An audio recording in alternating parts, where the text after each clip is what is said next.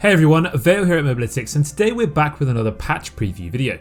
You guys seemed to really enjoy last week's patch preview and gave us some great feedback, so we thought we'd continue this series for you. Next week, patch 12.3 is here, and there is a crazy amount of changes coming into the game. Buffs, nerfs, adjustments, and tons of itemization shifts, so it's going to be a massive week. And by the way, how great does it feel now there's no more Chemtech map? So let's get straight into it, and first up we have the champion buffs. Lilia is getting a cheeky buff to her ultimate, upping the sleep duration by 0.5 seconds at rank 1. In my opinion, Lilia is actually a pretty underrated champion, and she feels in a really good spot already. These buffs will definitely help her out in those early fights and skirmishes, and actually could see a huge spike to her play rate. Quinn's W's attack speed is getting a buff, especially in the early levels, and her ultimate is also getting its damage buff too. Now these changes aren't going to make Quinn godlike, but they will 100% make a difference for those Quinn 1 tricks, and could see a lot more people abusing this ranged lane bully in that top lane. Brand's passive now grants him a mana refund if the spell kills the target, which is actually pretty good as this can make the difference between life or death, especially in those early 2v2s in bot lane. Brand's ultimate also now prioritizes nearby enemies over himself, meaning the ability will try and get more damage rather than just bouncing to you. These kind of quality of life changes aren't going to make Brand the best champion in the game, but will definitely help him out. Next up there's the champion nerfs, and there's quite a few faces you'll be happy to hear are on this list. First up is the brand spanking new champion Zeri. Now she has seen a mixed response since her arrival last week, and some people are suggesting that she's not quite strong enough and other players are farming free LP with her. Zeri's ultimate now no longer gains stacks from Runaan's Hurricane, meaning this could cause people to explore other itemization options instead. Senna has been tearing up the rift since her buff last patch, and she's already feeling a little bit abusable. Senna's soul drop rate when she kills minions is now going to 2.7% down from 10%. This feels like Riot making a bit of a statement suggesting that Senna should be mainly played as a support. Senna's soul drop rate has been altered 8 times since her release in Season 9. This is due to different shifts and play patterns, and overall it seems like this champion is either irrelevant or totally busted. Hopefully this time she can cement her place in that support role. Amumu has been dominating low elo for quite some time now and has one of the highest win rates. Amumu is getting his armor per level reduced and the damage reduction on his E nerfed. These aren't going to make the champion redundant by any means, but should definitely help bring his complete dominance down a little bit. Corki is finally getting nerfed, and nope, it's nothing to do with this crazy Luden's hybrid burst damage. It's all about his passive. I've been saying for a while now that this ability is one of the most broken passives in the entire game. The damage it deals when you only step in it for a fraction is bonkers, and it's about time we saw it being hit. Unfortunately though, the damage will be staying the same, and so will the distance Corki travels with it. Its starting spawn time is going from 8 minutes to 10 minutes though, and the respawn time is going from 4 to 5 minutes. This is without doubt going to help play against Corki and does give you bigger windows to fight him. This also means Corki won't have his passive up for every single objective and will have to plan it a little bit better. Corki is still an absolute menace in the Rift at the moment, especially in those higher relos, but this should make him a little bit more punishable. Akshan is finally getting nerfed, and I'm pretty happy about it, I'm not going to lie. Akshan's been dominating top lanes mid games and just games overall with his early game damage, his snowball potential, and of course his ability to revive his whole team. For someone who has that unbelievable passive, he definitely has felt a bit too strong elsewhere. Akshan's getting his movement speed nerfed from his passive in the early levels, and also the bonus damage he gets from it when he applies the 3 stacks. This should help bring his early game kiting and damage down an inch and make him a little bit less oppressive early game. Twisted Fate has been everywhere so far this season, and now he's getting some nerfs. His E attack speed has been halved in the early ranks, but still 40% at max rank. As Twisted Fate does max this ability last, he'll definitely feel its impact as he won't benefit from that attack speed as much until the later levels. Twisted Fate's Q base damage is also getting nerfed, but they are increasing its AP ratio to compensate. This kind of makes sense as Twisted Fate has a pretty unique low damage build focused on catching out enemies with gold cards. This may encourage people to opt for a bit more AP instead. LeBlanc is getting a simple nerf to her W ability damage, which does feel a bit overdue.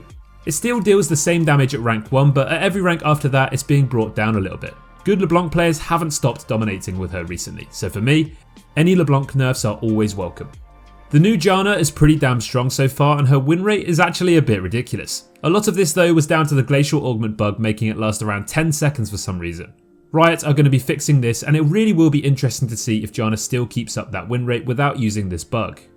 There's also a few champion adjustments too. We did a video last week on Ahri's new kit update, so if you're interested in seeing more about it, check out that video. To sum up here though, her passive now heals upon enemies killed rather than on her ability charges, and her ultimate gains an additional curse when she kills an enemy champion. Her Q is getting buffed and her charm is no longer receiving the damage amplification. This is going to be a very different RE playstyle, but I think it could really pay off, and overall the changes seem really positive. Nami's passive now grants more movement speed than before, but now it decays quickly. This is a small change that shouldn't make too much of a difference to this champion, but it could mean dodging more hooks and skill shots with that increased burst of movement speed. Now we have by far the biggest part of this patch, which is the item changes. Riot has mentioned that these changes are aiming to make fighter classes less durable and encourage a higher risk, high reward playstyle by reducing their health and increasing their damage across the board. It's a pretty huge shift overall, and the impact of this patch is likely to be higher than any of this season's patches so far. Be prepared to see a lot more fighters and expect them to definitely deal more damage. Anyway, let's get straight into it. So with the simple ones first, half-bound axe is now 1000 gold instead of 1100, and the completion costs have obviously also been adjusted. Divine Sunderer's health is being nerfed to 300 from 400, and the AD is going up by 5. Gordrinker's health is also being nerfed from 450 to 300, and the AD is going up by 10. Both of these items are also seeing some change to their build paths. Black Cleaver's AD and ability haste are going up by 5, and its health is going down by 100. I think you can probably see the trend by now.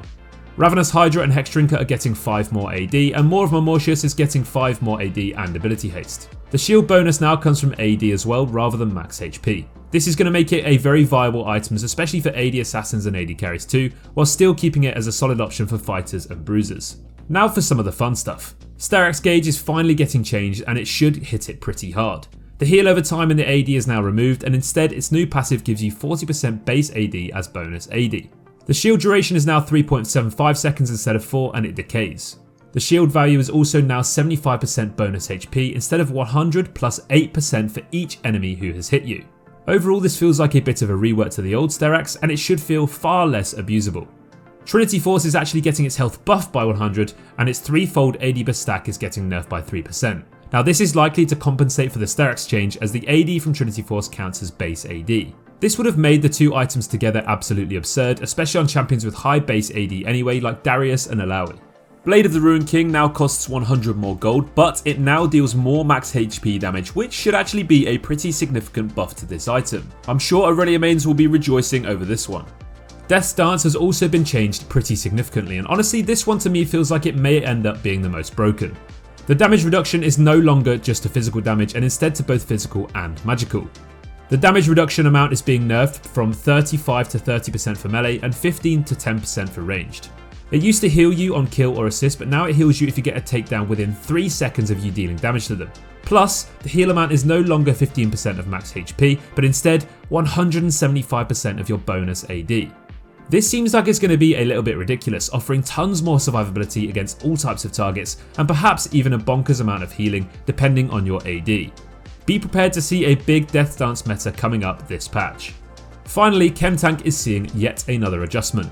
The refuel passive now comes from moving and taking damage rather than dealing it, and the distance per stacks has gone up by 10 units. The bonus damage to monsters and minions has gone up too, and it feels like this shift may be forcing this item back into the jungle, rather than all the cheesy solo laners like Gragas and Akali who have been simply abusing it. Turbo Chemtank has been such a weird item since its release, and it feels like Riot are just trying to get some control over it. Well, that's just about everything covered for patch 12.3. It's going to be a huge change already only a few weeks into season 12. We hope you enjoyed this patch preview video, and any feedback you want to give us is more than welcome. I've been your host Vale here at Mobalytics, and as always, take care.